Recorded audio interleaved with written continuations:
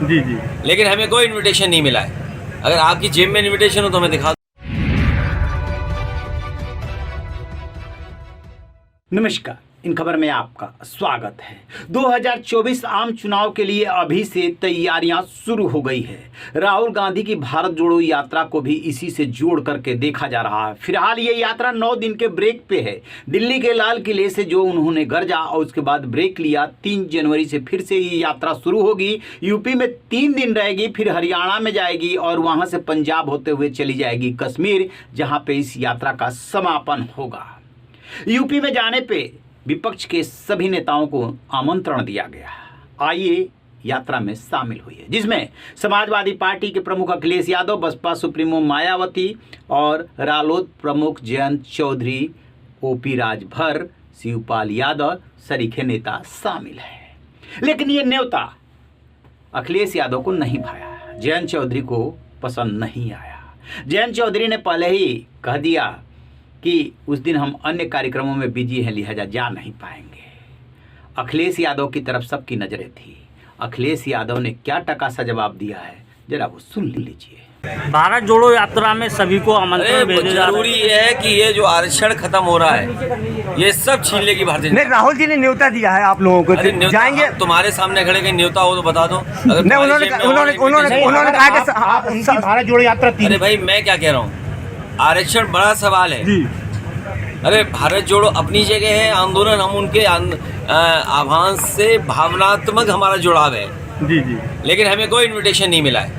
अगर आपकी जेब में इनविटेशन हो तो हमें दिखा दो। अगर मिलता है तो फिर क्या कहेंगे? तो आप जैसा मैं बोलूँगा नहीं। जी बिल्कुल। सबसे बड़ा महत्वपूर्ण मामला है कि आज आरक्षण पे हमला हुआ है। सुना आपने, जब पत्रकार सवाल पूछ रहे हैं कि भारत जोड़ो यात्रा में शामिल होने के लिए आपको न्योता भेजा गया है, क्या आप उसमें शामिल होंगे, इस पे कह रहे हैं कि उससे जरूरी है ये आरक्षण का मुद्दा। आखिरकार जरूरी क्यों न हो, क्योंकि इसमें राजनीतिक जो है वो मलाई मिलनी है। हाई कोर्ट में जिस तरीके से योगी के आदेश को दरकिनार करके कहा कि आप चुनाव कराइए बिना आरक्षण के, उसके बाद योगी सरकार ने ऐलान किया है कि वो सुप्रीम कोर्ट जाएगी। इस बीच में पिछड़ों को लेकर के राजनीति करने का मौका मिल गया। केशव प्रसाद मौर्य से लेकर के सीएम योगी एक्टिव हुए और कहा कि जरूरत पड़ी तो हम सुप्रीम कोर्ट जाएंगे, आरक्षण दिलाएंगे।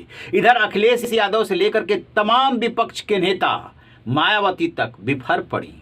क्यों?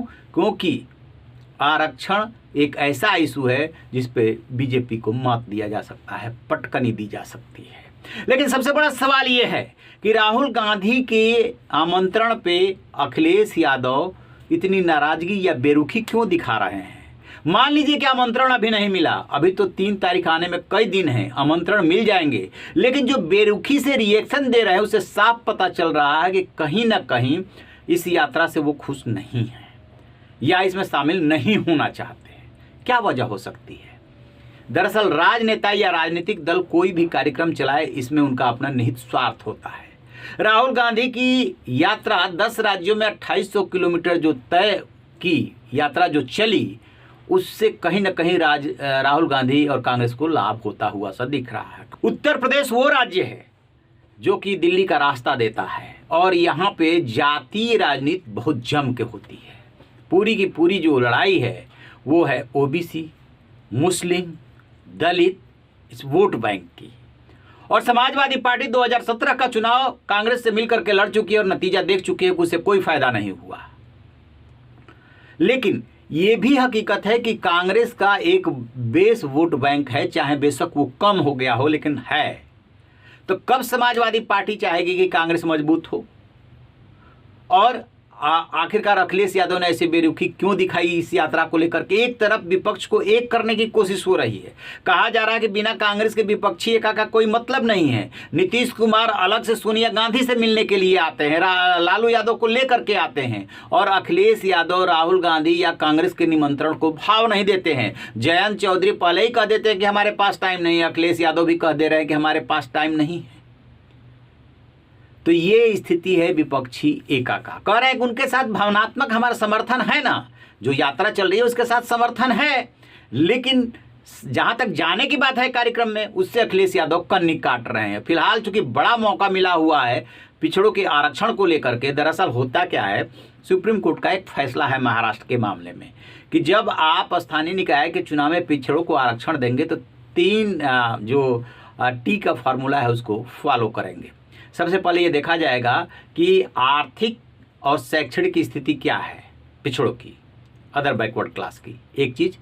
दूसरी चीज़ कि इनको आरक्षण देना है नहीं, मतलब इनको देना जरूरी है नहीं है, और देना है कि नहीं देना है। ये 3 ये कैसे पता चलेगा? ये पता चलेगा कि पहले तो सबसे पहले उनके आर्थिक और शैक्षणिक स्थिति पता लगाइए, उसके बाद वो क्या ऐसे समूह में हैं, वो पिछड़े हुए हैं कि उनको पिछड़ा का आरक्षण मिलना चाहिए। और इस सुप्रीम कोर्ट ने एक बार नहीं कई बार ये रिपीट कर चुका है। नहीं तो फिर जाइए चुनाव कराइए, यानी कि वो ओबीसी को आरक्षण नहीं मिलेगा, जनरल कैटेगरी में माने जाएंगे। अब जो है, जो भी राजनीतिक दल है इंक्लूडिंग बीजेपी, सबको ये दिख रहा है कि यही ये मौका है जहां पे कि बीजेपी को घेरा जा सकता है कि आपने ठीक से पैरवी नहीं की, आपने समय रहते उस फार्मूले को फॉलो नहीं किया, जिसका नतीजा है कि हाई कोर्ट से आपका ऑर्डर रिजेक्ट हो गया और कह दिया गया कि बिना आरक्षण के चुनाव कराइए।